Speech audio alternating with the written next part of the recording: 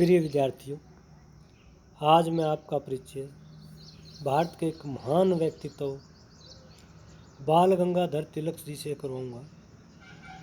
बाल गंगाधर तिलक भारत के एक महान उग्र राष्ट्रवादी, सामाजिक, आर्थिक, राजनीतिक चिंतक व सच्चे देशभक्त हुए हैं।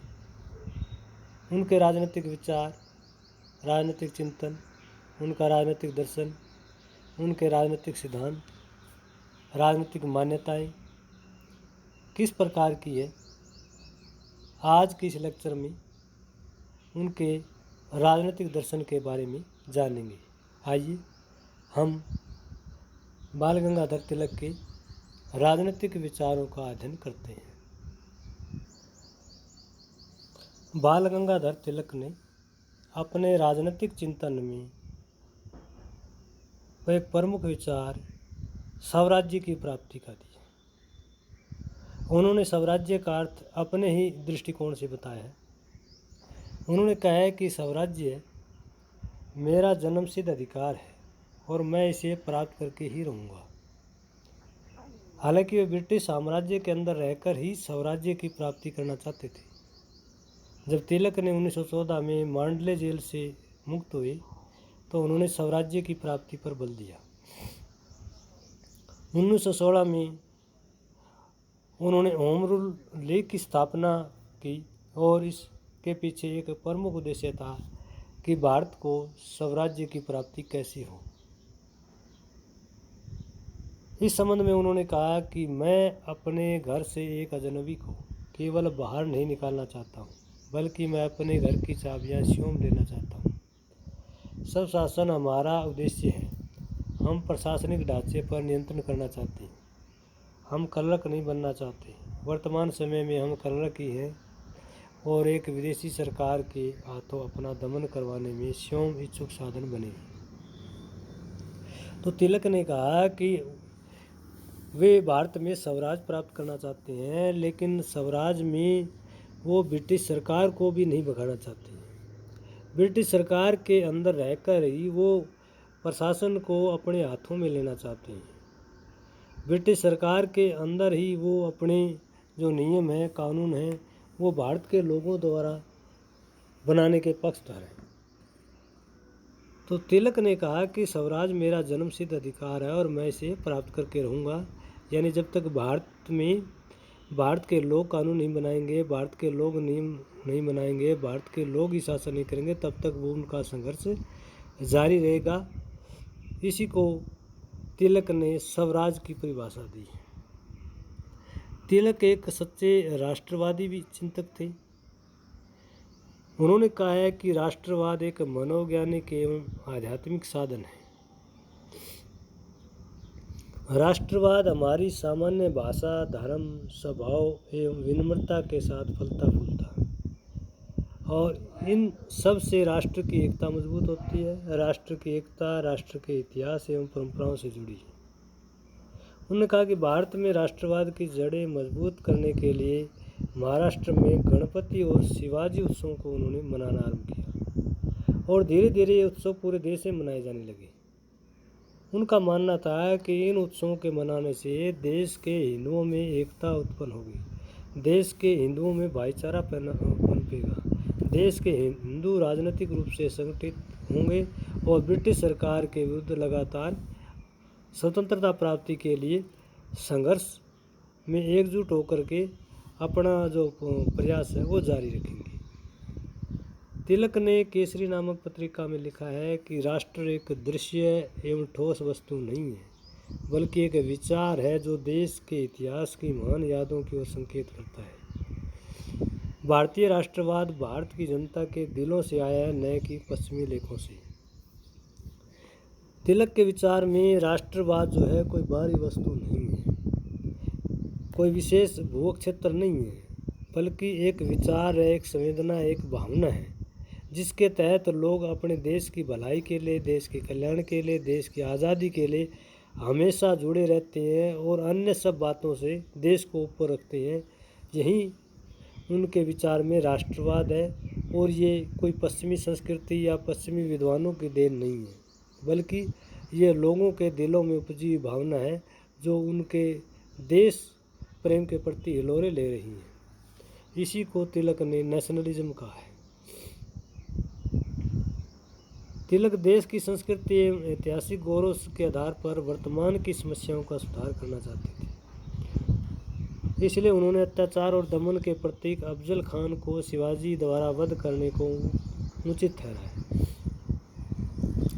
आम जनता को जागृत करते हुए उन्होंने कहा कि वर्तमान में भी ब्रिटिश शासन के अत्याचारों को राष्ट्रीय एकता के साथ अंत करना है। तिलक स्वतंत्रता की धारणा के समर्थक थे। वो जीवन के हर क्षेत्र में स्वतंत्रता चाहते थे। उन्होंने कहा कि स्वतंत्रता होम रूल आंदोलन की आत्मा है। स्वतंत्रता दैवीय स्वभाव कभी बूढ़ा नहीं होता। स्वतंत्रता प्रत्येक व्यक्ति की आत्मा का जीवन है। वेदांत के अनुसार उसे ईश्वर से अलग नहीं किया जा सकता। स्वतंत्रता एक सिद्धांत है जिसे मिटाया नहीं जा सकता। तिलक के विचारों में स्वतंत्रता जो है आंदोलन की आत्मा है, वो कभी बूढ़ी नहीं होती और आत्मा का ही जीवन है और इसको उससे शरीर से अलग नहीं किया जा सकता। स्वतंत्रता एक ऐसा सिद्धांत है जिसको कभी मिटाया नहीं जा सकता। तिलक ने कहा कि स्वतंत्रता उनका जन्मसिद्ध अधिकार है और इसे प्राप्त करके रहेंगे। उन्होंने कहा कि स्वतंत्रता प्राप्त करना कोई अपराध नहीं है, बल्कि इसे प्राप्त करने के लिए हमें निडरता के साथ संघर्ष करना चाहिए। तिलक का कहना है कि स्वतंत्रता हमारी आत्मा की आवाज़ को नष्ट कर देता है। इसलिए स्वतंत्रता प्राप्ति एक आध्यात्मिक विचार है जिसके लिए हमें हमेशा संघर्ष करना चाहिए। तिलक मानते हैं कि स्वतंत्रता जो है वो हमारा जन्मसिद्ध अधिकार है। जन्म से ही हमें स्वतंत्रता प्राप्त होनी चाहिए। हमें किसी गुलामी नहीं सहनी चाहिए। हमारे ऊपर किसी अन्य व्यक्ति का नियंत्रण नहीं होना चाहिए। इसलिए इसकी प्राप्ति के लिए संघर्ष करना निडर व्यक्तियों का कार्य है और निडर व्यक्ति ही इसके लिए हमेशा संघर्ष करते हैं और वो इसको प्राप्त करके ही दम लेते हैं। तिलक ने आत्मनिर्णय के अधिकार का समर्थन किया। उन्होंने कहा कि आत्मनिर्णय का अधिकार भारत में लागू होना चाहिए। आत्मनिर्णय से अभिप्राय है कि प्रत्येक व्यक्ति को अपना निर्णय जो है वो स्वयं लेने का अधिकार है कि वो क्या करना चाहता है, क्या पाना चाहता है, उसके विचार किस तरह के है, उसका अपने जो ज़िंदगी के फैसले हैं वो लेने का पूरी तरह से अधिकार है। उस पर किसी के निर्णय लादे न जाए। लंदन के कैस्टल हॉल में बोलते उन्होंने कहा, अब भारत के लिए स्वतंत्रता के लाभों को प्राप्त करने का समय आ गया है। मित्र देश संपूर्ण संसार में आत्मनिर्णय तथा लोकतंत्र के सिद्धांतों की घोषणा कर रहे हैं। मैं कहता हूं कि इंग्लैंड के लोगों को अपने ही साम्राज्य में इस कार्य को आरंभ कर देना चाहिए। The time has now come for Indians to enjoy the benefit of freedom and liberty. The Allies are enunciating throughout the world the principles of self-determination and democracy. I will let Great Britain make a start in its own empire. So, Tilak said about this. उनका कहना था कि विश्व के सभी देशों की स्वतंत्रता धीरे धीरे उनके जो देशों के लोग हैं वो स्वतंत्रता प्राप्ति के लिए संघर्ष कर रहे हैं और भारत जैसे देश को भी स्वतंत्रता के अधिकार से वंचित नहीं किया जा सकता। भारत के लोगों को भी राजनीतिक क्षेत्र में आत्मनिर्णय लेने का अधिकार होना चाहिए। भारत के लोग अपने शासन का नियंत्रण करने में पूरी तरह से सक्षम है। भारत एक बढ़ती हुई जनशक्ति है। इसके लिए लोगों को स्वयं अपनी सरकार चुनने और शासन प्रबंध करने का अधिकार अवश्य मिलना चाहिए। तो तिलक ने एक प्रकार से कहा है कि भारत के लोग पूरी तरह से सक्षम हैं, उनको राजनीतिक प्रतिनिधित्व दिया जाना चाहिए। वो अपने नियम कानून स्वयं बनाएं और अपने ऊपर लागू करें। किसी अन्य व्यक्ति का, समूह का, सरकार का, सिस्टम का, कोई विदेशी ताकत का उनके ऊपर किसी प्रकार का राजनीतिक व प्रशासनिक नियंत्रण नहीं होना चाहिए। तिलक भारत में पुनर्जागरणवाद के समर्थक थे। उन्होंने भारत के इतिहास एवं गौरवमय संस्कृति को दोबारा लाने की वकालत की। उनका विचार था कि भारत का वर्तमान युवा अपने देश की वैदिक संस्कृति को भूल चुका है। भारत के वर्तमान युवा पश्चिमी संस्कृति की चकाचौंध में गौरवमयी इतिहास को भूल गए। उन्होंने कहा कि एक सच्चा राष्ट्रवादी प्राचीन आधार पर ही अपने राष्ट्र का निर्माण करना चाहता है। सामाजिक व राजनीतिक सुधारों के नाम पर अपनी प्राचीन संस्थाओं का अंग्रेजीकरण नहीं करना चाहिए। तो राय चाहते थे कि जो युवा है वो पथ भ्रष्ट हो रहा है, पश्चिमी संस्कृति की ओर जा रहा है, उसको हमें प्रेरित करने की ज़रूरत है, उसको समझाने की ज़रूरत है कि भारत की संस्कृति श्रेष्ठ है और भारत प्राचीन काल में विश्व गुरु रहा है, विश्व का उसने नेतृत्व का है। तो उस ऐसी चीज़ों का हमें अंग्रेजीकरण करने की आवश्यकता नहीं है, बल्कि भारत के लोगों को स्वयं अपनी संस्कृति पर, अपने जो गौरवमयी इतिहास रहा है उस पर विश्वास करना चाहिए। तिलक ने ब्रिटिश सरकार की आर्थिक नीतियों की भी आलोचना की है। उन्होंने कहा कि देश की कमज़ोर अर्थव्यवस्था का मुख्य कारण प्राकृतिक नहीं है, बल्कि ब्रिटेन की शोषणकारी आर्थिक नीति है। तिलक ब्रिटिश शासन के इस तथ्य का भी विरोध करते हैं कि अकाल पड़ने व प्लेग जैसी बीमारी के फैलने से भारत में आर्थिक चुनौतियां पैदा हुई। उनका कहना था कि इंग्लैंड में वहाँ की जनसंख्या के अनुरूप खाद्यान्न उत्पन्न नहीं होता, लेकिन इंग्लैंड सरकार अपने देश में खाद्यान्न संकट को प्राकृतिक कारण नहीं मान सकती। ब्रिटेन की जनता ब्रिटिश सरकार के इस तर्क का कभी समर्थन नहीं करेगी।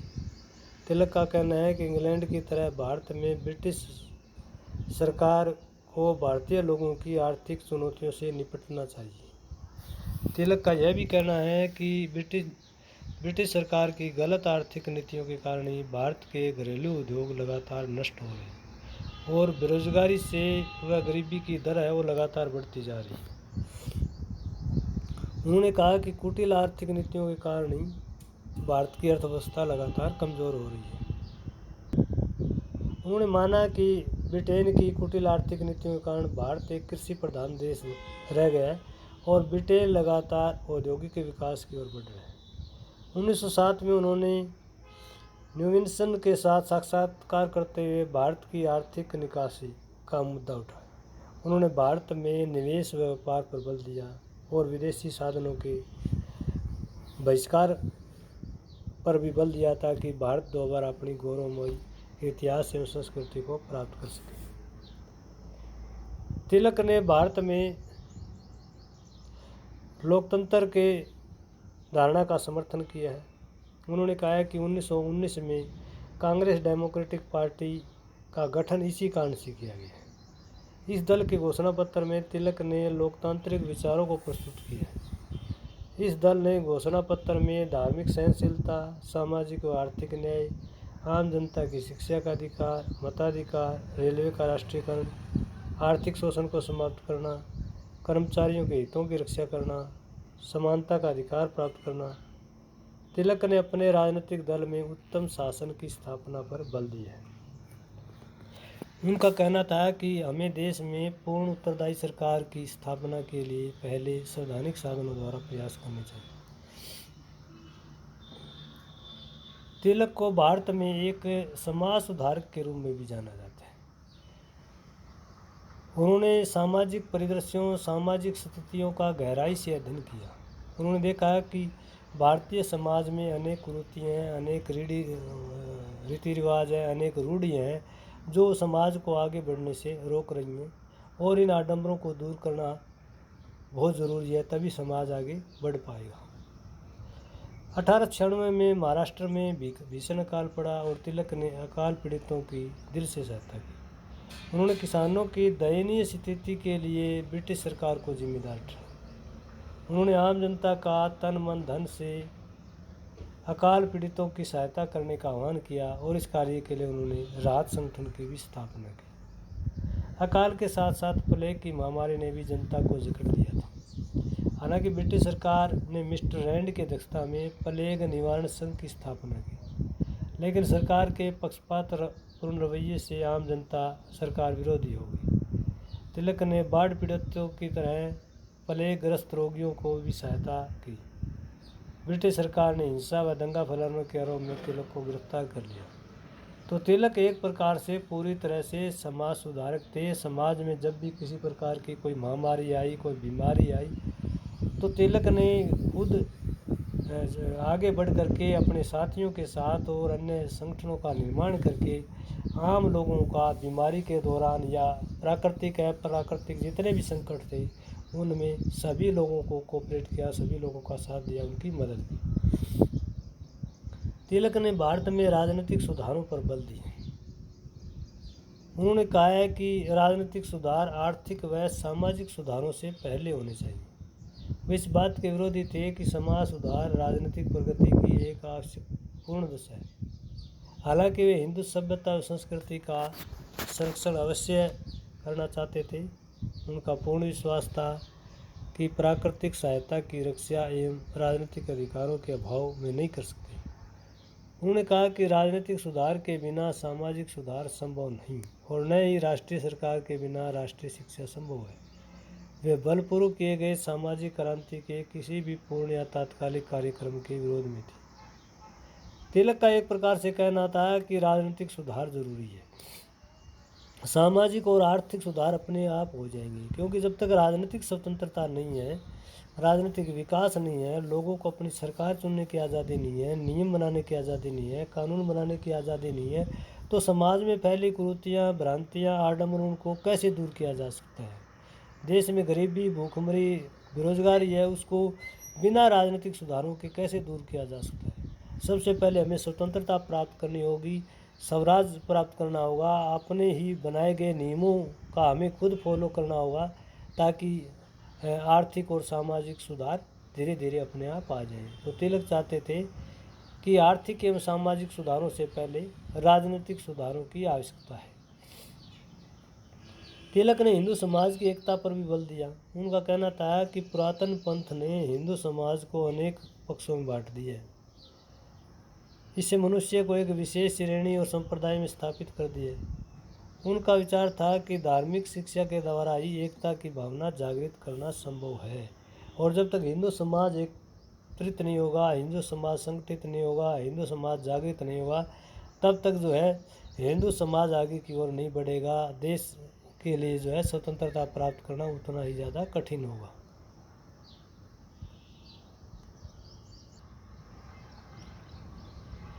तिलक का कहना था कि हिंदू धर्मानुयायियों को एकता के सूत्र में बांधना संभव है, क्योंकि हिंदू धर्म को पुनर्जीवित करना और उसका विकास मात्र जाति, खाने या पीने में नहीं है।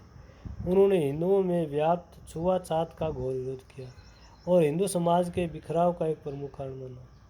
मार्च 1918 में मुंबई की दलित कॉन्फ्रेंस में उन्होंने भाषण देते हुए कहा, सब भारतीय एक ही मातृभूमि की संतान है। अगर ईश्वर भी छुआछूत में विश्वास करता है तो मैं उसे भी ईश्वर मानने को तैयार नहीं। उन्होंने कहा कि हिंदू समाज की एकता के लिए दलितों को भी गणपति और शिवाजी उत्सव में भाग लेना चाहिए। उन्होंने देश के समाज सुधारकों का भी आह्वान किया कि वे हिंदू समाज को संगठित करने के लिए दलितों के साथ सद्व्यवहार करें, उनके सुख दुख में शामिल हों। उनका विचार था कि सभी लोग संगठित होकर सभी प्रकार की सामाजिक बुराइयों को समाप्त कर सकते हैं। तो एक प्रकार से तिलक ने हिंदू समाज की एकता के लिए समाज के अंदर जो बिखराव था, टकराव था, भेदभाव था, उसको दूर करने के लिए अगड़े हिंदुओं को, पिछड़े हिंदुओं की हर प्रकार से मदद करने, उनके साथ सद्व्यवहार करने, उनके साथ न्याय करने पर बल दिया, ताकि हिंदू समाज एकीकृत हो, एकत्रित हो, संगठित हो, जागरूक हो और देश की आज़ादी के लिए संघर्ष करे। तिलक ने ब्रिटिश नौकरशाही की आलोचना की। तिलक का कहना है कि ब्रिटिश नौकरशाही ने अपनी शक्तियों का दुरुपयोग किया। नौकरशाही ने अपने हितों के अनुरूप कानूनों का निर्माण किया, फिर उनमें परिवर्तन किए। भारत में ब्रिटिश नौकरशाही की निरंकुशता ने आम जनता की आवाज़ को पूरी तरह से दबा रखा है। उनका कहना था कि नेताओं को बिना मुकदमे के जेल में डालना, शांतिपूर्ण बैठकों का निषेध, समाचार के संपादकीय को अपराधियों की तरह सजा देना, सम्माननीय व्यक्तियों को महीनों तक ट्रायल में रखना और इसी तरह की नीतियाँ रूस में वहाँ के जार के द्वारा अपनाई गई थी। इसी तरह की दमनकारी नीति का परिणाम रूस के जार की तरह ही होगा। यानी जिस तरह से रूस में जार ने जो तानाशाही अपनाई थी, फिर जनता ने विद्रोह के द्वारा उसको पलट दिया था, वैसे ही भारत की जनता ब्रिटिश अन्याय से तंग आकर के एक दिन ब्रिटिश सत्ता को उखाड़ फेंकी गई। To deport national leaders without trial, to prohibit peaceful meetings, to sentence editor of newspaper like criminals, to keep respectable people under trial taken in India are similar to autocratic policy adopted by Tsars of Russia. This repressive policy is likely to result in consequences similar to those of Russia. So, B.J. Tilak stated that statement कि जो jar था रूस का, वो तानाशाही के कारण जो है उसका तख्ता पलट हुआ और जनता जो है उसने अपना रूल है वो स्थापित किया वहाँ पर। तिलक ने भारत में होम रूल लीग की 1916 में स्थापना की। होम रूल लीग के लिए उन्होंने देश में प्रचार प्रसार किया, आम जनता का इसका सदस्य बनने के लिए प्रेरित किया और इसे सब शासन के सब राज्य के समान ही बताया। उनका विचार था कि होम रूल लीग का उद्देश्य भारतीयों को सब शासन की प्राप्ति करना है। 1918 में भारत की होम रूल लीग की मांग को प्रस्तुत करने वे इंग्लैंड चले गए। तिलक ने हिंसा के विषय में भी अपने विचार दिए हैं। उन्होंने कहा है कि भारत जैसे निशस्त्र और असंगठित देश में सशस्त्र क्रांति न केवल व्यावहारिक है अपितु असंभव है। अतः उन्होंने आंदोलन के वैधानिक उपायों का पोषण किया, न कि क्रांति के बलात्कारी और सशस्त्र विद्रोह जैसे साधनों का। उनका कहना था कि सरकार का सैनिक शक्ति अत्यंत विशाल है, जनता का बड़े से बड़ा विद्रोह कुचलने के लिए सैकड़ों गोलियों की बौछार करने वाली उनकी एक मशीन गन ही पर्याप्त है। उनका कहना था कि हमारी लड़ाई संवैधानिक तथा वैध है और इसी प्रकार अनिवार्य है। हमारी मृत्यु भी संवैधानिक होनी चाहिए, हमने हिंसा को प्रश्रय नहीं देना है। उन्होंने अपने भाषणों में कहा कि वह रक्तपातपूर्ण क्रांति में विश्वास नहीं रखता, इसलिए समय आ गया है कि क्रांति रक्तहीन हो। तिलक ने अपने राजनीतिक विचारों में हिंदू मुस्लिम एकता पर बल दिया। एक कट्टर हिंदू होने के बावजूद भी वो हिंदू मुस्लिम एकता के समर्थक रहे। हिंदू धर्म के प्रति अपने प्यार के कारण वे कट्टरपंथी हिंदू नहीं बने। हिंदू धर्म के प्रति अगाध श्रद्धा होने पर भी उन्हें मुस्लिम विरोधी नहीं माना जाता। तिलक ने राष्ट्रवाद के लिए गणपति एवं शिवाजी उत्सव को मनाना जो है आरंभ किया। तिलक ने हिंदुओं के साथ साथ मुसलमानों को भी इन उत्सवों को मनाने का आह्वान किया। उन्होंने कहा कि शिवाजी एक राष्ट्रीय नायक थे, उन्होंने हिंदुओं और मुसलमानों में विभाजन नहीं किया, यानी शिवाजी का हिंदू और मुसलमानों में विभाजन नहीं किया जा सकता। वे मुसलमानों को उचित स्थान दिलाने के पक्ष में थे। तत्कालीन मुस्लिम नेता भी तिलक के राजनीतिक विचारों की प्रशंसा करते थे। 1916 में लखनऊ पैक्ट हुआ। इस आधार पर शौकत अली और हसरत अली मोहानी ने उन्हें अपना माना और कहा, मैं सैकड़ों बार ये कहना चाहता हूँ कि मैं और मोहम्मद अली दोनों तिलक के राजनीतिक दल से जुड़े रहना चाहते हैं। हसरत मोहानी ने लिखा है कि मैं लोकमान्य तिलक को आदर्श नेता मान चुका हूँ। मैंने बहुत से राजनीतिक नेताओं के विचारों का अध्ययन किया है और मैंने निष्कर्ष निकाला है कि तिलक समकालीन नेताओं में सर्वश्रेष्ठ है। मैं बौद्धिक और व्यवहारिक तौर पर लोकमान्य तिलक से अधिक प्यार करता हूँ। तिलक ने भारत में राष्ट्रीय भाषा के रूप में हिंदी का समर्थन किया। उनका कहना था कि किसी भी देश में राष्ट्रवाद की भावना का बिना राष्ट्रीय भाषा के संचार नहीं हो सकता। हिंदी ही देश की राष्ट्रीय भाषा हो सकती है। तिलक ने देवनागरी लिपि में हिंदी को देश की संयुक्त भाषा बनाने का समर्थन किया। उन्होंने कहा कि एक विदेशी भाषा कभी देश की राष्ट्रीय संस्कृति को मजबूत नहीं कर सकती। उन्होंने हिंदी भाषा को देश की आवश्यकता बताया और अंग्रेजी को कोई महत्व नहीं दिया। उन्होंने कहा, एक लिपि ही राष्ट्रीय आंदोलन का अभिन्न अंग है। यदि राष्ट्र को संगठित करना है तो इसके लिए राष्ट्रभाषा से बड़ी शक्ति अन्य कोई नहीं हो सकती। तिलक ने यह भी कहा कि देश की शिक्षा का माध्यम अंग्रेजी नहीं बल्कि हिंदी होना चाहिए। उन्होंने कहा कि ब्रिटिश शासन की कुटिल चालों का अंग्रेजी देश की राष्ट्रीय भाषा बनती जा रही है और जो देश व देशवासियों के हितों के अनुकूल नहीं है, इसलिए हमें हिंदी को राष्ट्रीय भाषा बनाने का प्रयास करना चाहिए। तो तिलक ने देश की राष्ट्रवाद के लिए, देश की एकता के लिए, अखंडता के लिए एक राष्ट्रीय भाषा के रूप में हिंदी भाषा का समर्थन किया, हिंदी भाषा की वकालत की और अंग्रेजी भाषा का विरोध किया।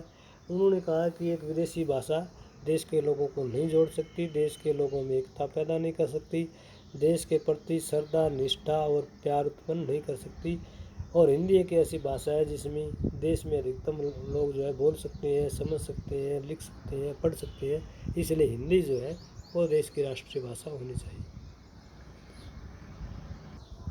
तो आज की इस लेक्चर में हमने तिलक के राजनीतिक विचारों का अध्ययन किया, राज्य के बारे में, ब्रिटिश सरकार के बारे में, न्याय के बारे में, स्वतंत्रता के बारे में, अधिकारों के बारे में, राजनीतिक व्यवस्थाओं के बारे में, प्रतिनिधित्व सरकार के बारे में, तिलक के विचार किस प्रकार के हैं उनका हमने अध्ययन किया।